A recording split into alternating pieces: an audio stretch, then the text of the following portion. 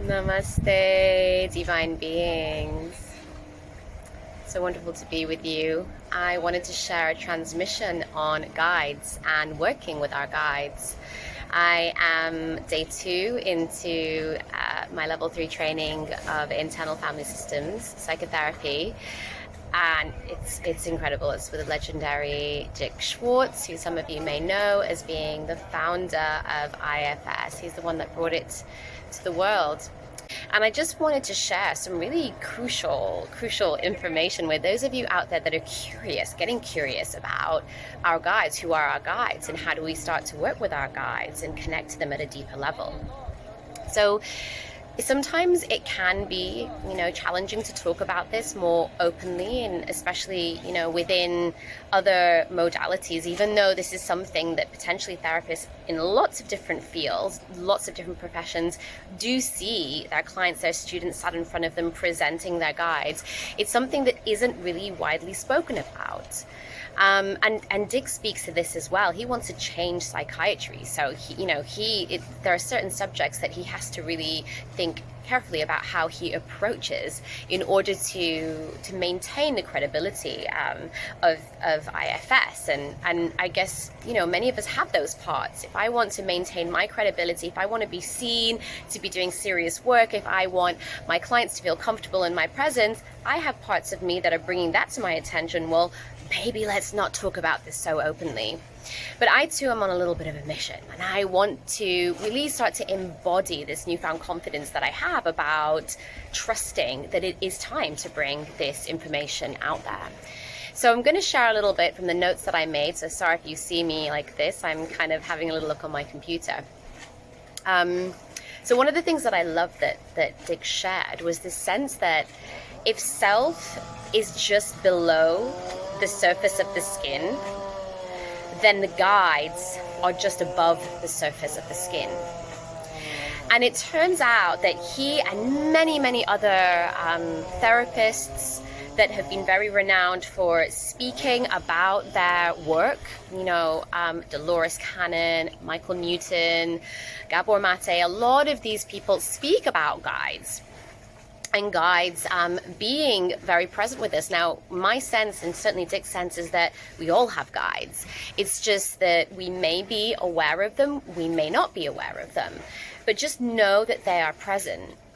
And the key is that the more we unburden ourselves, so the more that we release trauma, we release our karma, we release that stagnant stored energy within us, the more we're creating space, we are coming into our presence, and the more we're able to connect with the guides, there is less in the way. Now, in IFS and other modalities that I practice with, we have certain techniques to connect with the guides. And actually, they're really simple and straightforward. And you may have already started to intuitively connect with your guides. There's no hard or fast rule. This is really a personal connection. And you can only go away and verify this through your own experience in itself, okay? And just remember that. If there's something that you're questioning around this, if there's a part of you that's resistant to what I'm sharing, then perhaps I invite you to sit with this sense of, okay, well, verify it. Be open to having that experience and know that through that experience, you will be able to either verify it yourself or just experience how your parts are reacting to that. And that's going to give you more information about how to move forward and how to create more space so that you can be more available to your parts. Now, the parts are there and they're waiting for us to connect with them. And the parts don't so much have an agenda. They want to help. Some of them may have a specific intention or prayer, but there's a difference between having an agenda and having an intention or a desire. The difference is that there's no attachment. And often the guides are coming in as an extension of God, of unity, of love. And so we find that they don't really come with any attachments that you might find another sort of entity that might have an agenda. Okay, so yeah, what else do I want to say about guides? So a lot of them would say that they are just here to help, and they don't often come unless they're guided to come, unless they feel that they've been called, unless they feel that there's a reason, an intention for them to be there. But if there's a lot of burden, a lot of energy in our system that's in the way, they just won't come. Okay, so they hang around and they wait to be helpful. So because they're on the surface, we can actually access them really pretty easily. And so the first thing to do is to just check in with your system and see if there are any parts there that may be resistant, may hold a belief about something related to that may be blocking your ability to start to be present with this. So inviting anything that's there to make itself known, and for you to go in and investigate so that you can do the work in order to clear away that passage, to really be able to be more present with your guides. That's really the crux of the matter of working with our guides. A lot of people report their guides coming in at times where they've had a near-death experience, they've been very sick, and it's a very clear situation, right? That your guides have, may come in at that point.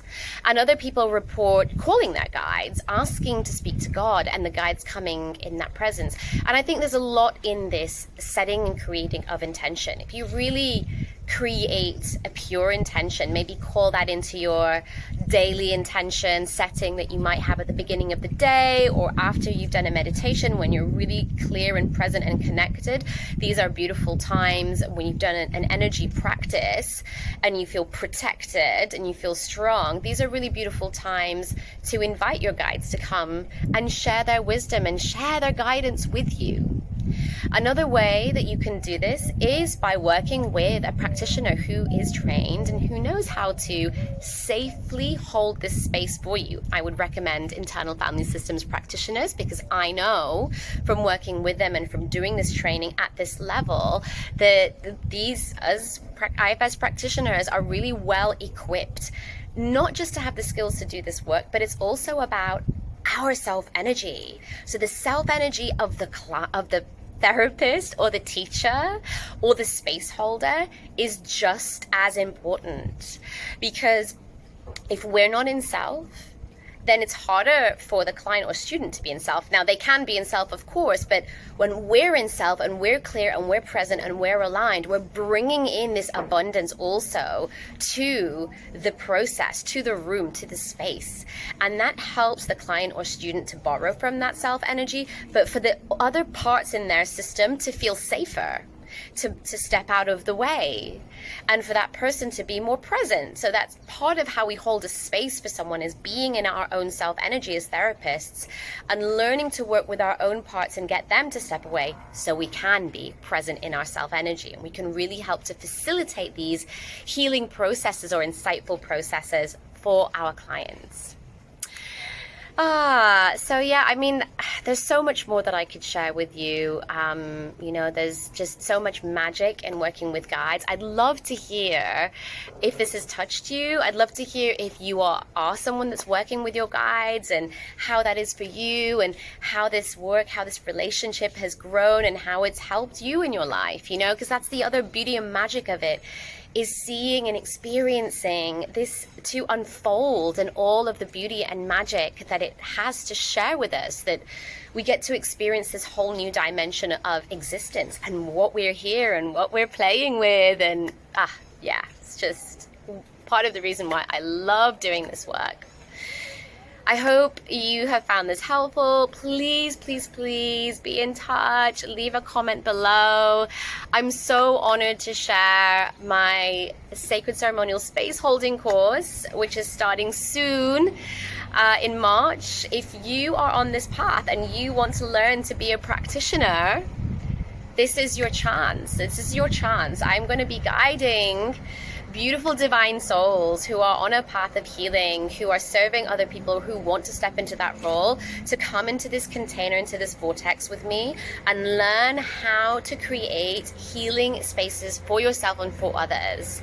And this is by learning to hold space for ourselves so we can hold space for others. And we're going to go into a deep dive mission aligned to the elements, with your full soul blueprint and your soul vision laid out in front of you. I'm going to be sharing readings with everybody. Everyone's going to get one-to-one sessions and all this juicy content. It's just magic.